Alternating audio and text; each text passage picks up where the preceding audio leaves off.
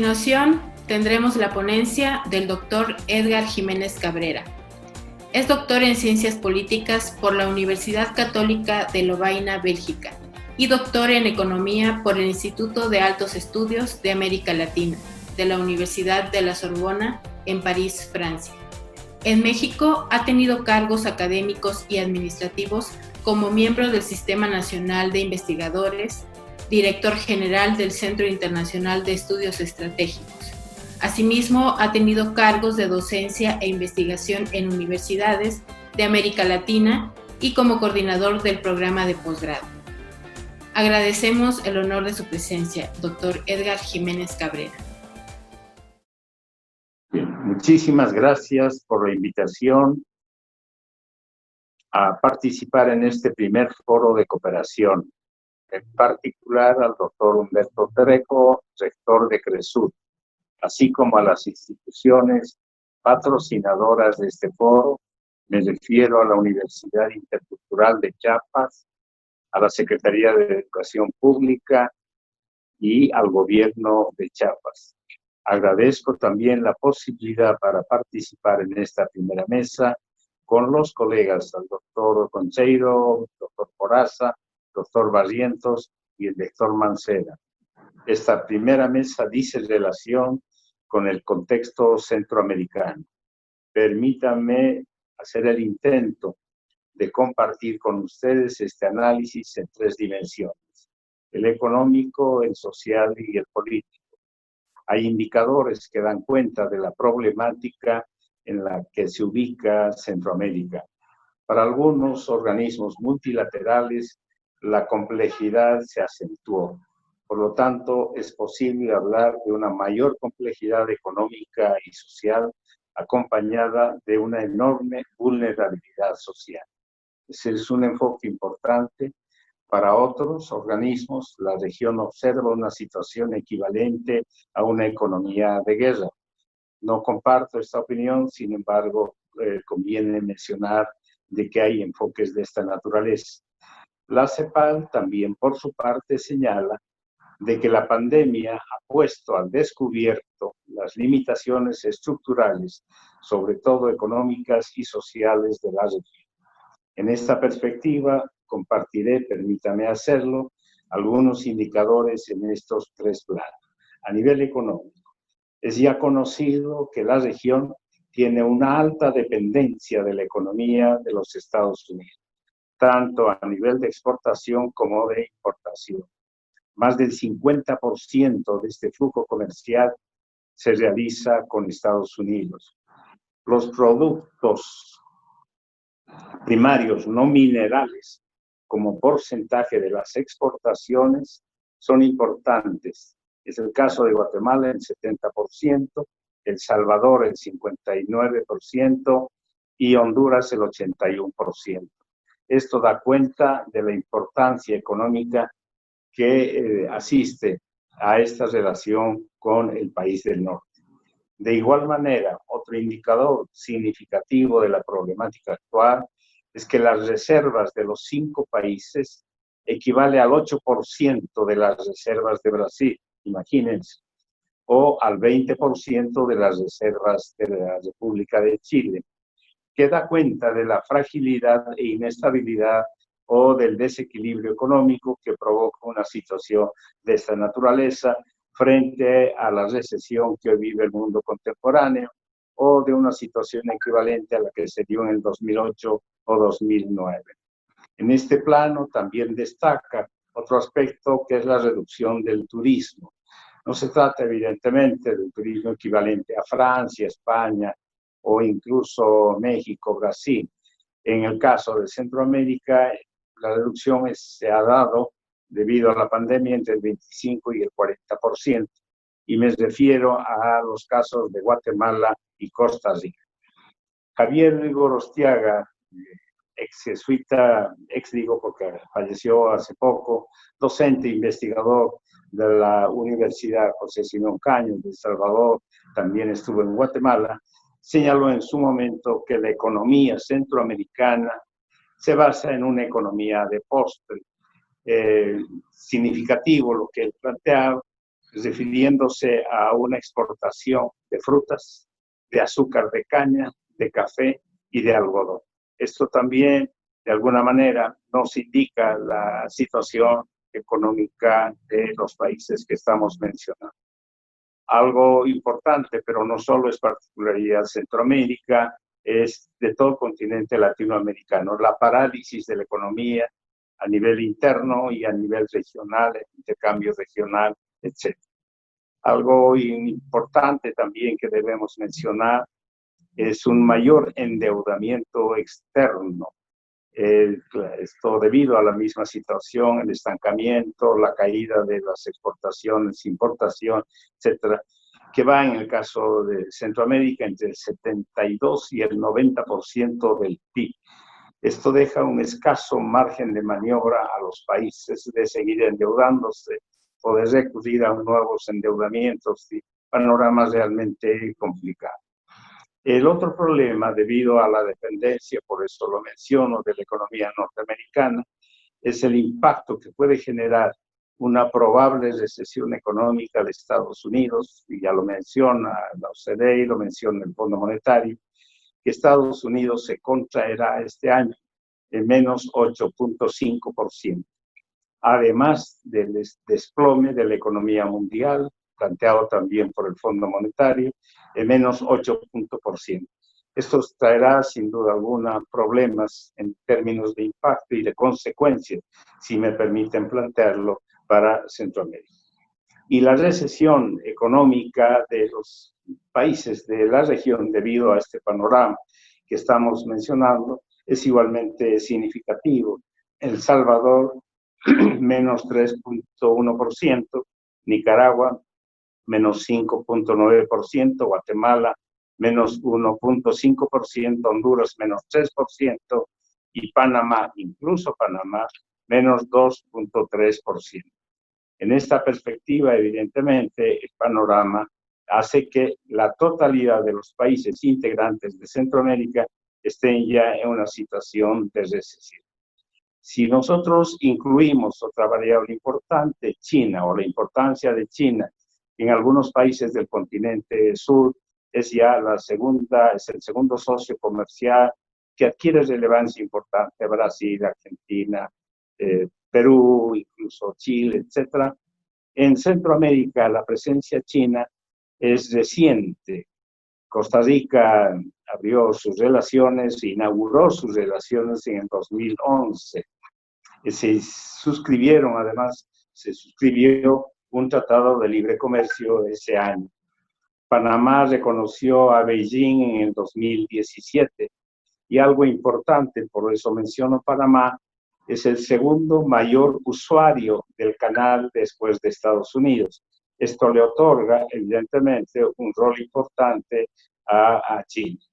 Y algo también significativo, en 2018, El Salvador, Costa Rica, Panamá y República Dominicana han sido integrantes, o se han integrado al proyecto chino de infraestructura global, que quiero decir con esto, conocido como la iniciativa del cinturón, y en otro lenguaje, la nueva ruta de la seda. Países que ya están incorporados en esa ruta, con la idea de una búsqueda de alternativas, ¿sí?, interoceánicas al canal de Panamá. En concreto me refiero al Golfo de Fonseca. Esto adquiere una importancia importante. Sin embargo, también se espera una contracción de la economía china este año en menos 3.7%, lo cual también va a impactar en general al mundo y de manera particular también a Centroamérica. El caso de la Unión Europea y la relación con Centroamérica. Entonces, la Comunidad Europea en 1984 se comprometió, es el periodo post movimientos insurreccionales, particularmente Guatemala, El Salvador y Nicaragua, a mantener un diálogo político de alto nivel con Centroamérica. Y se creó el diálogo de San José, como ustedes recordarán, y se mantuvo vigente durante 26 años aproximadamente, hasta que en el 2010, ¿sí?, 6 países firmaron en 2012 un acuerdo de asociación, ahora sí, con la Unión Europea. Esto me parece importante. Sin embargo, debido a la crisis del 2008-2009, disminuyó la importancia de la Unión Europea o la presencia de la Unión Europea en Centroamérica. Esta disminución no significa que haya una ruptura, simplemente hay un relativo distanciamiento entre la Unión Europea y Centroamérica. Ingresemos, el tiempo avanza rápidamente, a la situación social. Además de la problemática migratoria que adquiere una relevancia importantísima, sobre todo de manera reciente, antes y durante la pandemia, la desigualdad en Centroamérica y en los tres países se ha profundizado, dando lugar a que la pobreza y la extrema pobreza adquieran, digamos, una significación social de gran relevancia. No solo debido a la caída de las remesas, en caso particular de los tres países del Triángulo Norte, del 40 y el 50%. Algo también importante, que la pobreza se concentra en el sector rural. Cerca del 80% de la pobreza se concentra, por ejemplo, en Honduras, en Guatemala el 77% y en El Salvador el 49%. Y la caída de las remesas en el porcentaje ya mencionado hace que más del 50% de la población en esos tres países hoy viva o se sitúe, se ubique por debajo de la línea de la pobreza. Guatemala el 57%, Honduras el 53% y El Salvador 54%. Esto quiere decir que evidentemente la pobreza está generando una situación muy difícil, no solo profundizando la desigualdad, sino que incrementando las condiciones de inseguridad económicas y sociales.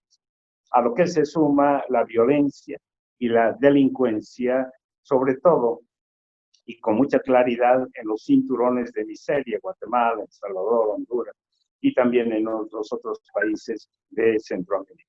Y esto es muy importante, más allá de los malos, que sin duda alguna también tiene un impacto en el clima y la tensión de violencia en Centroamérica. Y algo que vale la pena mencionar es que el 43% del empleo en la región se encuentra en una situación de riesgo.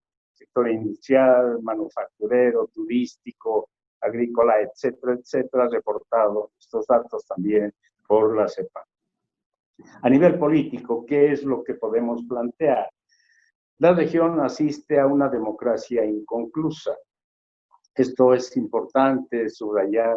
Honduras, no olvidemos, y no es problema de la vista analítica o el lenguaje que uno pudiera utilizar, fue el candidato a ser Estado fallido.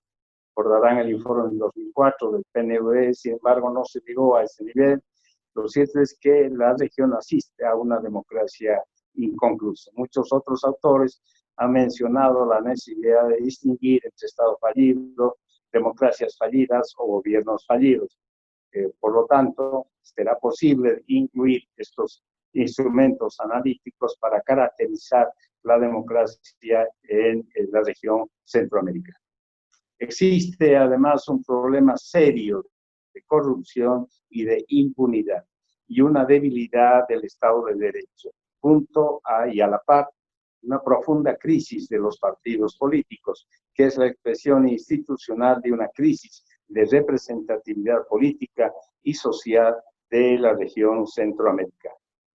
Otros autores sobre este particular han señalado que los sistemas políticos de los países de Centroamérica se están desmantelando sus instituciones debido a la corrupción, debido a la impunidad y a la fragilidad del Estado de Derecho. Esto quiere decir que el Estado de Derecho pareciera estar acuartelada por los políticos y otro tipo de intereses de actores no convencionales en los sistemas políticos centroamericanos.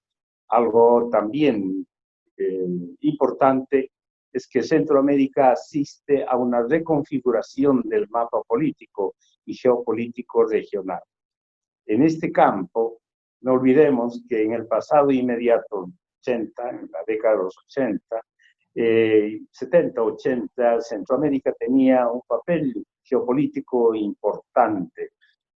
Sin embargo, en mi opinión, este rol o este papel de Centroamérica en este campo geopolítico, hoy su papel es más modesto, más discreto, de manera que su rol en la recomposición del orden mundial o del orden regional es mucho más modesto que en el pasado inmediato. De manera que su presencia aminora el rol que tenía en el pasado hace 40, 30 años.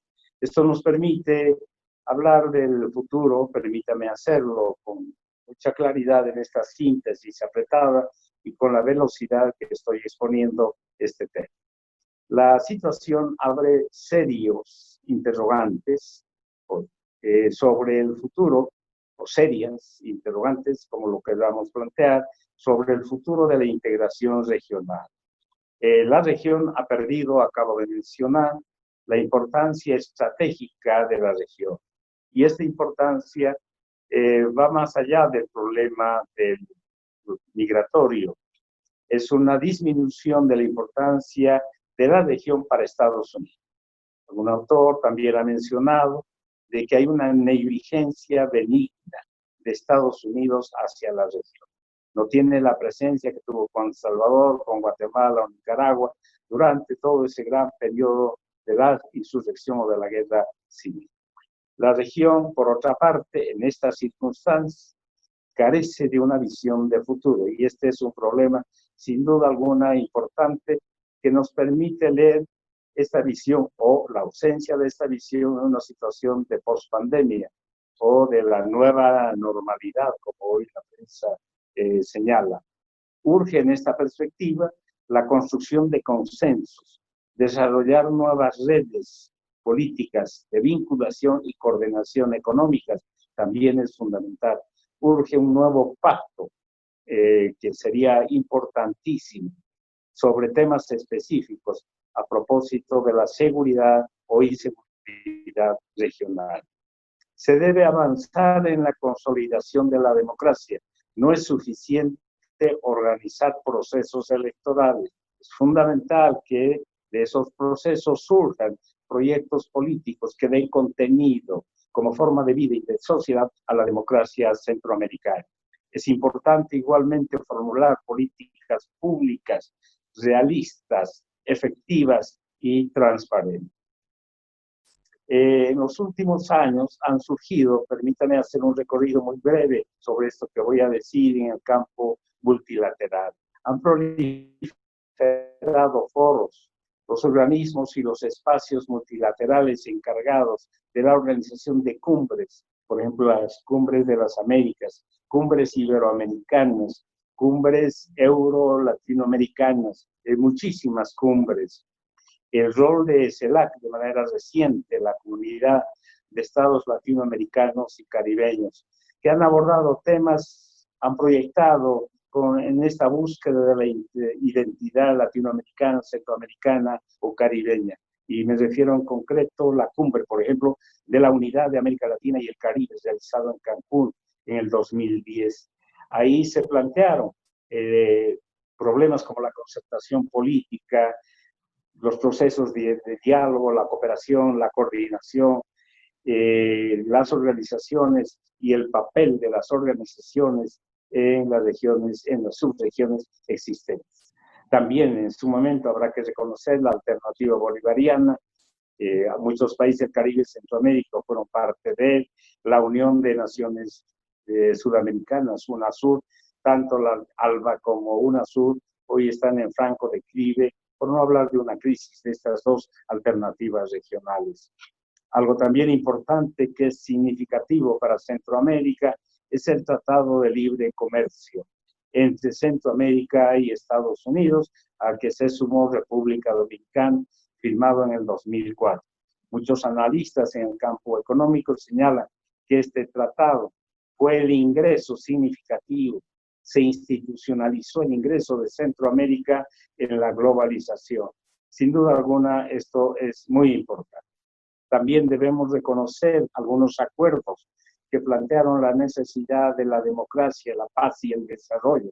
Este triángulo importante estipula en el año 87, 1987, Chapultepec en 1991, Oslo en 1996.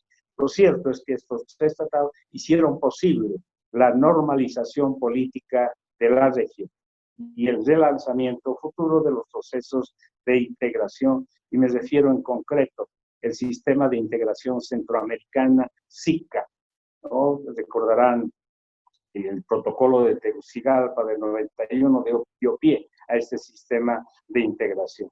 En suma, la alianza también, permítame señalarlo, para el desarrollo sostenible del 94.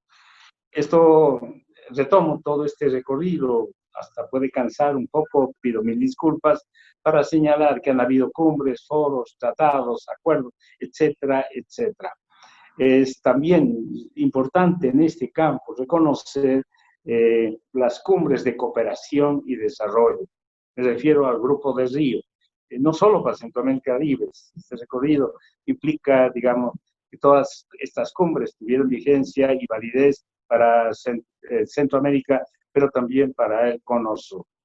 Y algo importante, en el caso de Centroamérica, el Sistema Económico Latinoamericano del Caribe, el CELA, junto a SICA. En esta perspectiva, entonces, conviene formular algunas interrogantes sobre el futuro de la integración. Pareciera ser que no todas han funcionado, otras se han debilitado y algunas más han cambiado de funciones, y en otros casos ya no se tienen los recursos que en el pasado se tenían. De ahí que el Triángulo del Norte es un plan de desarrollo integral con apoyo de la CEPAL, fundamental, que surge en un contexto especial en el marco de este conjunto de eventos, foros, etcétera, etcétera, y que fue firmado en diciembre del 2018, como todos ustedes sin duda alguna saben y manejan mejor que yo esta problemática.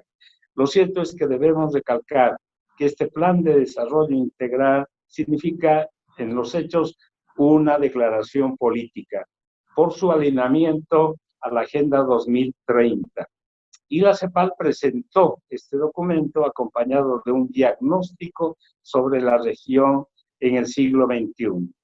El objeto es visualizar el desarrollo, posibilidades de integración, de igualdad, como una respuesta de Centroamérica a la crisis de la globalización.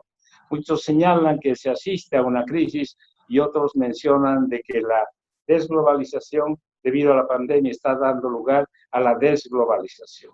Una u otra alternativa, sin embargo, creo que hay que reconocer, me quedan escasos minutos, que 15 de septiembre del próximo año, 2021, Centroamérica celebrará el segundo bicentenario de su independencia. Sugiero, es una propuesta, aprovechar esta situación, toda vez que en ese año, estamos hablando a un año, algo más, estaremos en presencia de la sociedad post-pandemia, una nueva realidad, sin duda alguna importante. Estaremos en presencia de nuevos adelantos científicos y tecnológicos en el campo de la economía, en el campo de la educación. Estaremos también en presencia, también hay que plantearlo con mucha claridad, del impacto positivo o negativo de la cuarta revolución industrial en general en el mundo, pero también en Centroamérica. La población centroamericana, 48 millones, probablemente tenga 50 millones el próximo año, también será un factor favorable en este proceso de la recomposición, llamémosle, del nuevo orden post-COVID-19. Surgirán nuevos desafíos, surgirá también el espacio para una nueva reconversión productiva, para recomponer el empleo, pero no solo el empleo, la planta productiva, para recomponer las relaciones económicas interregionales y también del mercado interno o la reinserción de Centroamérica en el mercado internacional. Es fundamental también replantear, como lo señala la CEPAL, el modelo económico centrado en el papel del Estado en Centroamérica. Impulsar, ya lo dije, el cierre de las brechas tecnológicas, mejorar, y esto es muy significativo, otros colegas abordarán este tema, el promedio educativo de la población. Hay que evitar la baja de productividad e impulsar el incremento de la productividad y la competitividad para hacer viable y posible la presencia económica de Centroamérica en el mercado internacional. Hay que repensar la globalización más que la desglobalización. Es una opinión personal. Y también el capitalismo en su versión progresista, sostenible, sustentable o duradera, como hoy se plantea en el campo de la prospectiva. Finalmente, permítanme plantear, a modo de cierre de esta exposición, la necesidad, es una opinión personal, y la importancia que adquiere el 15 de septiembre de 2021, ya que Centroamérica celebrará el segundo bicentenario de su independencia. Digo, la necesidad de aprovechar este magno evento. No todas las regiones cumplen fácilmente un bicentenario de su independencia, toda vez que en ese periodo seguramente estaremos ya en presencia de una nueva realidad, de una sociedad post-pandemia, con características inimaginables, toda vez que la incertidumbre todavía nos acompaña. Habrán adelantos científicos importantes, habrán adelantos en el campo de la tecnología y particularmente en el campo de la educación. Nuevos enfoques probablemente, habrán una docencia sin duda alguna que declare un lugar importante en la conducción de la sociedad post-pandemia, así como el impacto que va a generar, y ya está presente, la cuarta revolución industrial, con una población cercana a 50 millones de centroamericanos ciudadanos de la región que estarán dispuestos, sin duda alguna, a asumir desafíos, retos y ser parte de la reconstrucción económica y social de la región centroamericana. Es también conveniente, a modo de cierre, reconocer que sin duda surgirá un nuevo orden post-COVID-19. De esto no cabe la mayor preocupación. Surgirán nuevos desafíos y habrá una reconversión productiva, y tiene que haberlo, no puede quedarse colapsada la economía centroamericana. Habrá que recomponer los procesos, no solo productivos, también el empleo, el circulante de las mercancías, la recomposición del mercado regional y nacional. Habrá que recomponer el ingreso de la población. Habrá que imaginar nuevas formas de distribución para evitar la polarización y la desigualdad de la región. Habrá que replantear, como la CEPAL señala y sugiere, el modelo de desarrollo centrado en el papel del Estado. Hay que impulsar y cerrar las brechas tecnológicas, la innovación tecnológica, sobre todo en el campo de la educación superior, me parece importantísimo en lo que toca a esa región. Hay que mejorar el promedio educativo de su población. Es importante el rol de las universidades. En El Salvador existen 2 universidades públicas y aproximadamente unas 30 privadas. En Guatemala existen 11 o 12 universidades, una de ellas es pública y las otras son privadas. Es importante contribuir y evitar a la formación para evitar la baja de la productividad e impulsar la competitividad de las economías centroamericanas a nivel internacional. En suma, hay que repensar la globalización más que la desglobalización. Hay que repensar el capitalismo, es fundamental, debe ser más incluyente y más inclusivo y sostenible o duradero, como se plantea hoy en el lenguaje de la prospectiva. Concluyo retomando a Joseph Stiglitz, quien señala que en esta situación del nuevo orden post-COVID sería posible e imaginable un capitalismo progresista. Muy bien, concluyo aquí, les agradezco mucho por la atención.